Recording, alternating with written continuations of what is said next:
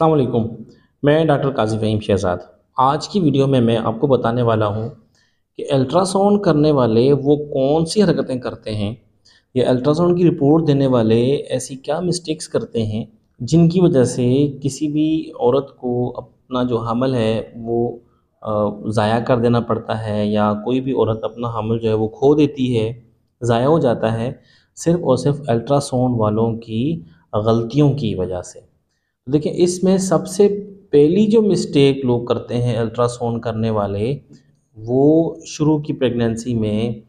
8 weeks से पहले की प्रेगनेंसी या जो 10 वीक से पहले की प्रेगनेंसी होती है, जो बहुत अर्ली प्रेगनेंसी होती है, उसमें वो ये हरकत करते हैं कि कंसिडर कर लेते हैं प्रेगनेंसी को कि वो एन एम्ब्रियोनिक प्रेगनेंसी है, यानी सिर्फ़ थैला बना हुआ है, या वो ये कंसिडर कर लेते हैं कि वो जो प्रेगनेंसी है वो ग्रो नहीं कर रही, उसके अंदर फ़ीटस नहीं बन रहा, या उसको वो मिसकैरेज कंसिडर कर लेते हैं सम टाइम हल्की-फुल्की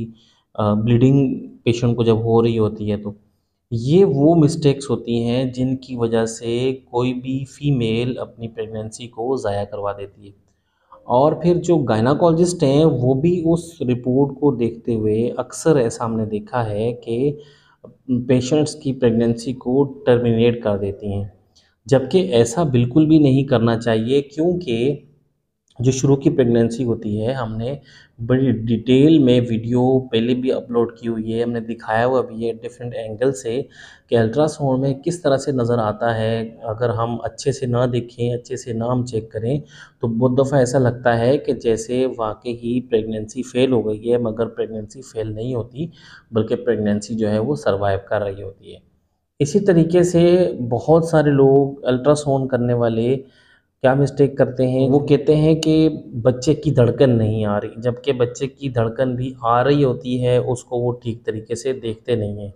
तो ख़ास तौर पर शुरू की जो प्रेगनेंसी होती है, उसमें मेरी जो डॉक्टर्स हैं, जो गायनाकोलॉजिस्ट हैं या हमारे जो टेक्नीशियंस हैं अल्ट्रासाउंड के, उनसे भी मेरी ये गुज़ारिश है कि वो खुदारा अच्छे तरीके से चेक करने के बाद, हर तरह से, हर लिहाज से देखने के बाद,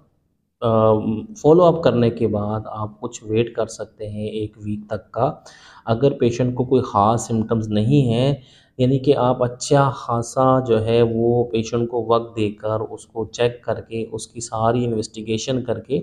फिर फ़ैसला करें। और यही मेरा मैसेज जो है वो ख़वातीन के लिए भी है कि ख़वातीन हरगिज़ अपने बच्चों को, अपनी हमल को ज़ाया ना करवाएँ, जब तक उनको बिल्कुल कन्फ़र्म ना हो जाए। और मैं आपको यहाँ पर एक और बात बताता चलूँ कि जो शुरू का हमल होता है 10 वीक से पहले तक का या 12 वीक से पहले तक का, यानी 3 महीने से पहले तक का जो हमल होता है, उसको अगर वो ज़ाया हो भी जाए तो 90% केसेज़ के अंदर कोई मेडिसिन्स की या कुछ इंटरवेंशन की, यानी कि कोई डीएनसी वगैरह की ज़रूरत नहीं होती। कुछ केसेस में पड़ती है ज़रूरत, लेकिन वो बहुत रेयर केसेस होते हैं और उनको भी अच्छे तरीके से कंफर्म कर लेना चाहिए। तब जाके डीएनसी या ऐसी मेडिसिन इस्तेमाल करनी चाहिए जिनसे पेशेंट को ब्लीडिंग हो। तो ये वो कुछ मिस्टेक्स थी जो मैंने आपको बताई। नेक्स्ट वीडियो में मैं आपको बताऊँगा कि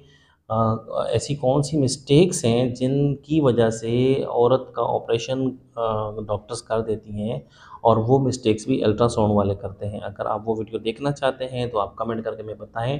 ताकि उस वीडियो को भी हम जल्द अज़ जल्द अपलोड कर सकें।